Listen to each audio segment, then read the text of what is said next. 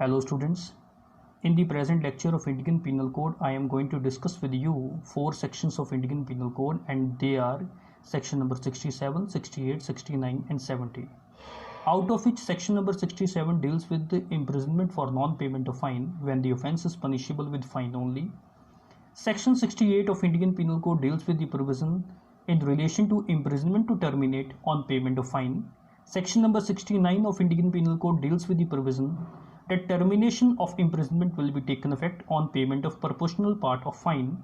And at the end, section number 70 of Indian Penal Code deals with the provision that fine is leviable within 6 years or during imprisonment, and death of the accused not to discharge his property from liability. Now let us start the video from section number 67. Section 67 of Indian Penal Code talks about two things. First of all, it talks about what will be the nature of the imprisonment on non-payment of fine and what will be the scale of imprisonment. First of all, if the offence be punishable with fine only, then the imprisonment which the court imposes in default of payment of fine shall be simple. That means to say, if the offence is punishable with fine only, then the nature of imprisonment will be simple imprisonment, it cannot be rigorous. And secondly, it says that what will be the scale of imprisonment, and the term for which the court directs the offender to be imprisoned in default of payment of fine shall not exceed the following scale. That is to say, for any term not exceeding 2 months, when the amount of fine shall not exceed rupees 50. That means to say, if the amount of fine is up to rupees 50 or is less than rupees 50, then maximum term of imprisonment will be for a period of 2 months. It cannot exceed 2 months. It can be less than 2 months or it will be equal to the period of 2 months, but it cannot exceed the period of 2 months. Secondly, it says that when the amount of fine is more than rupees 50 but do not exceed rupees 100, then maximum term of imprisonment in default of payment of fine cannot exceed the period of 4 months. That is, for any term not exceeding the period of 4 months, when the amount of fine shall not exceed rupees 100. And finally, when the amount of fine is more than rupees 100, then the maximum term of imprisonment for non-payment of fine cannot exceed the period of 6 months. That is, for any term not exceeding 6 months in any other case. It is also very important to note here that scale of imprisonment prescribed in section number 67 refers to the fine actually imposed by the court and not to the maximum fine which is admissible for the offence. For example, if the maximum fine which is admissible for the offence is rupees 200 but the court imposes a fine of rupees 50 only, then first scale will be applicable, in which it has been laid down that when the amount of fine not exceeding rupees 50, then maximum term of imprisonment in default of payment cannot exceed the period of 2 months. That is, it is very important to note that we have to refer to the fine which is actually imposed by the court and not to the maximum fine which is admissible for the offence under the provision of Indian Penal Code. It is also very important to note that if any special act which is creating a particular offence does not provide for imprisonment in default of payment of fine, then if the court passes any sentence of imprisonment in default of payment of fine, that sentence of imprisonment will be valid. It cannot be declared to be invalid. That is, where any special act which is creating the offence does not provide for imprisonment in default of payment of fine, then the sentence of imprisonment in default of payment of fine is valid. Now let us start section number 68. Section 68 lays down that if the full and final amount of fine is either paid or levied by the process of law, then the imprisonment in default of payment of fine shall terminate immediately. Now let us study what is written in section 68. It says that the imprisonment which is imposed in default of payment of fine shall terminate whenever that fine is either paid or levied by the process of law. Okay. Now let us study what is laid down in section number 69 of Indian Penal Code. Section number 69 says that if there is only payment of proportional part of the fine, then how the imprisonment will terminate.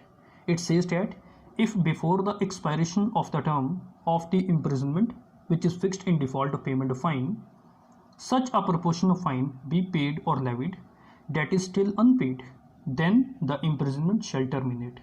Now let us study this section number 69 by way of an example. It says in illustration, A is sentenced to a fine of rupees 100 and to 4 months imprisonment in default of payment of fine.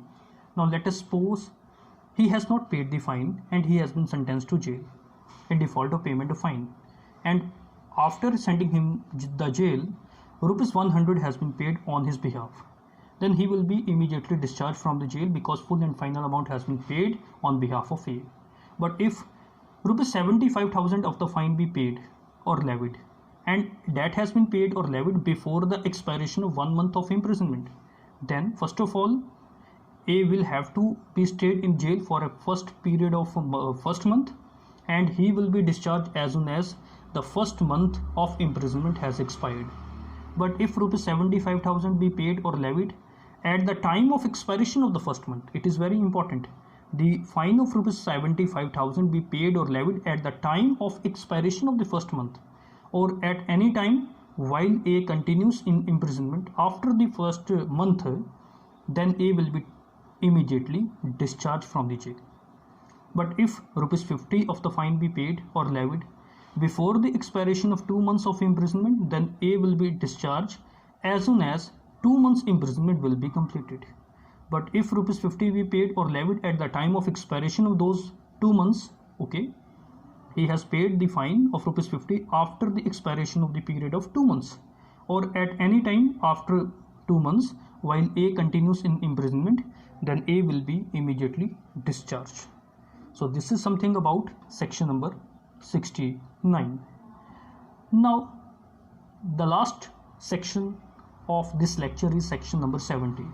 It talks about two things. First of all, what will be the limitation period to levy the fine, and what will happen if there will be death of the accused.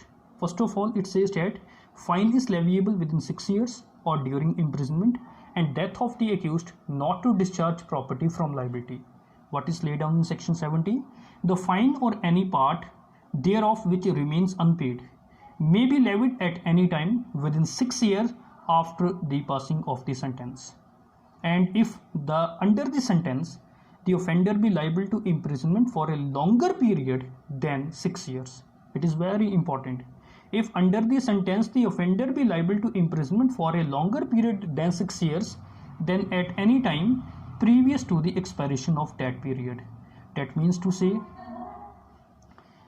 if the imprisonment has been imposed on the prisoner is for a period of 8 years, it is longer period than 6 years, then the fine can be levied within a period of 8 years. It has to be levied within that particular period. And it is also very important that the death of the offender does not discharge from the liability any property which would after his death be legally liable for his debts. That means to say, death of the offender does not discharge his liability. His property will remain to be liable for the payment of that particular amount. Okay. And what is very important in section number 70, that this imprisonment in default of payment does not liberate the offender from his liability to pay the full amount of fine which was imposed on him while sentencing him by the court, because imprisonment in default of payment of fine is not a discharge or satisfaction of the fine, but this imprisonment is imposed as a punishment for non-payment of fine. You have to pay the amount of fine which was levied by the court. And what is the meaning of levy? To levy means to seize the property for the purpose of collecting the fine or to enforce the execution of a certain sum. It does not mean actual realization of the fine. Property will be seized by the court, and this is levy. The amount can be collected by the government only after selling that property. Levy do not mean that property has been sold by the court. It only means that property has been seized for the purpose of collecting the fine or to enforce the execution of a certain sum. If after the seizing the property the accused will not pay the amount of fine, then it will be recoverable as a land revenue. So this is something about this lecture. Thank you very much.